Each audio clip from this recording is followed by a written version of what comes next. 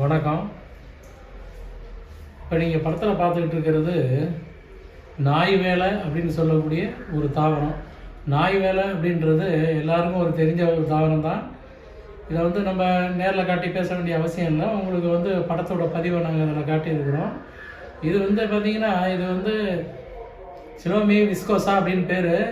இதுலேயே கைனேன்றான்னு ஒன்று இருக்குது, அதுதான் நல்வேலை அப்படின்னு சொல்லுவாங்க. நல்வேலைன்றது வேறு, நாய் வேலை அப்படின்றது வேறு. நாய் வேலை மஞ்சள் பூ பூக்கும். சாதாரணமாக இந்த தாவரத்தை ஒரு வெஜிடேஷனாக யூஸ் பண்ணியிருக்காங்க. பார்த்திங்கன்னா அதோடைய காய்களில் உள்ள விதைகள்லாம் எடுத்து உணவில் சேர்த்து சாப்பிட்ருக்காங்க. அதாவது ஒரு துவையல் மாதிரி அரைச்சி சாப்பிட்ருக்காங்க. இன்னும் பல்வேறு நோய்களுக்கெல்லாம் கூட ஒரு தொடர் மருந்தாக அதாவது சாப்பிடும்போது ஒரு பத்திய உணவில் கூட இதோட இளம் கொழுந்து இலைகளை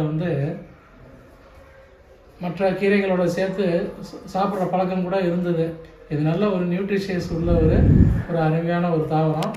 அதை விடுத்து இந்த நாய் வேலை நீரிழிவு நோயில் ஏற்படக்கூடிய தீவிரமான புண்ணுகளை ஆற்றுறது எப்படி அப்படின்றத பார்ப்போம். அதாவது நீரிழிவு நோயில் அடிக்கடி புண்ணு இருந்துக்கிட்டு இருந்தாலும் சரி, இல்லை புண்ணு ஆறிட்டு திருப்பி புண்ணு கிளச்சி வர்றதா இருந்தாலும் சரி, நீரிழிவு புண்ணு எப்படிப்பட்டதாக இருந்தாலும் சரி, உள்ளுக்குள்ளே ஒரு பிளாக் ஏற்பட்டு அந்த பிளாக்கினால அழுகல் ஏற்பட்டு அந்த பிளேக் மாதிரி எங்கேயாவது ஓப்பன் ஆகி புண்ணுங்கள் வர்றது, அது உணர்ச்சியற்ற நிலையில் இருக்கிறது, விரல்கள்லாம் கருத்து போகிறது, இந்த மாதிரி ஒரு நிலையில் இந்த தாவரத்தை நீங்கள் தைரியமாக உபயோகப்படுத்தலாம். ஆனால் கண்டிப்பாக பார்த்திங்கன்னா ஒன்று கஷாயம் போட்டு சாப்பிட்லாம், அப்படி இல்லைன்னா அரைச்சி சாறு புழிஞ்சு மோருடனையோ இல்லை பாலோட கலந்தால் சாப்பிட்லாம். ஏன்னா இப்போ இந்த மோர் பால் நீரிழிவு நோயாளிகளுக்கு பெரும்பாலும் உபயோகப்படுறது கொஞ்சம் கஷ்டமான விஷயம். அதனால் நீங்கள் தண்ணியில் கூட கரைச்சி வடிகட்டி குடிச்சிடலாம். இது எப்படி சாப்பிட்றதுன்னா, இது பச்சையாக தான் உபயோகப்படுத்தணும். இது எப்படின்னு வர சொல்கிறேன். தேவையான அளவுக்கு இலைகளாக கொய்து எடுத்துக்கோங்க. எடுத்துக்கிட்டு அம்மியில் வச்சு நைஸாக அரைங்க. அம்மியில் அரைக்க முடியலன்னா மிக்சியில் போட்டு கொஞ்சமாக தண்ணீர் விட்டு நல்லா அரைங்க. நல்லா கூழ் மாதிரி அரைச்சதுக்கப்புறம் துணியில் வச்சு நல்லா புழிஞ்சு வடிகட்டிடுங்க. இந்த சாப்போட இந்த விழுதோட உங்களுக்கு எந்த அளவுக்கு தேவையோ நீங்கள் தண்ணீர் கலந்துக்கலாம். தண்ணீர் கலந்து வேறு எதுவும் வேறு எதுவும் கலக்கக்கூடாது. கொஞ்சம் தண்ணீர் மட்டும் விட்டு டைலூட் பண்ணிக்கிங்க. டைலூட் பண்ணிவிட்டு காலம்பரை, மதியம், சாயங்காலம், இரவு இப்படின்னு ஒரு 4 நேரம் ஒரு தடவை நீங்கள் அதாவது காலம்பரை ஒரு நேரம் கொஞ்சம் பெரிய குவான்டிட்டியாக அரைச்சி வச்சுட்டு வேணுங்கிறப்ப அதை எடுத்து ஒரு 4 வேளையாக பிரித்து சாப்பிட வேண்டியது தான். அன்னன்னைக்கு புதுசாக ஃப்ரெஷ்ஷாக கொண்டாந்து தான் சாப்பிட்ணும்.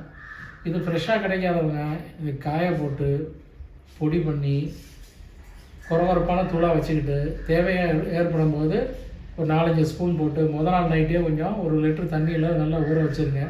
நல்லா ஊறினதுக்கப்புறம் காலம்புற நல்லா கொதிக்க வச்சு ஒரு 1/2 லிட்டராக சுண்டி காய்ச்சப்பட்டதை எடுத்து வடிகட்டி வச்சுக்கிட்டு அதை நீங்கள் அந்த கஷாயத்தை கூட ஒரு 4 வேளை டிவைட் பண்ணி நீங்கள் சாப்பிட்லாம். கஷாயம் கொஞ்சம் ரொம்ப மைல்டாக இருக்கும். அதாவது பார்த்திங்கன்னா ஸ்லோவாக தான் வேலை செய்யும். ஃப்ரெஷ்ஷாக நீங்கள் சாறு எடுத்து சாப்பிட்ற ஒரு எஃபெக்ட்டு ரொம்ப அற்புதமாக இருக்கும். இதில் இருக்கக்கூடிய சில ரசாயனங்கள் பார்த்திங்கன்னா நீங்கள் தொடர்ந்து சாப்பிட அடுத்தடுத்து இந்த புண்ணு வரக்கூடிய விஷயங்களே மாறிவிடும். இது அனுபவத்தில் உண்மை.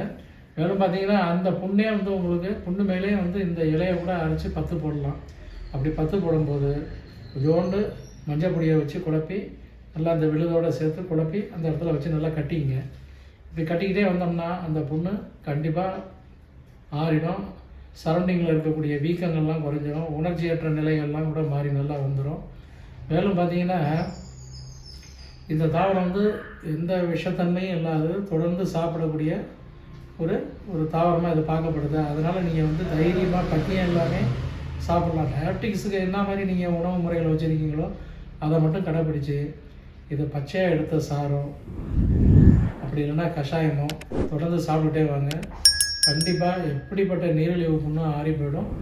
முக்கியமாக பார்த்திங்கன்னா திருப்பியும் புண்ணு வராது. அதான் இந்த விஷயமே. இந்த தாவரத்தோடைய பிரயோகத்தில் என்ன ஒரு முக்கியமான விஷயமாக பார்க்கப்படுதுன்னா, அடுத்தடுத்து வர வேண்டிய புண்ணுங்கள்லாம் கூட வராமல் நின்று போயிடும். அதுதான் முக்கியம் அதில். அதனால் ஏற்கனவே புண்ணு அதை வேறு விதமாக ஆற்றி கூட வச்சுருப்பீங்க.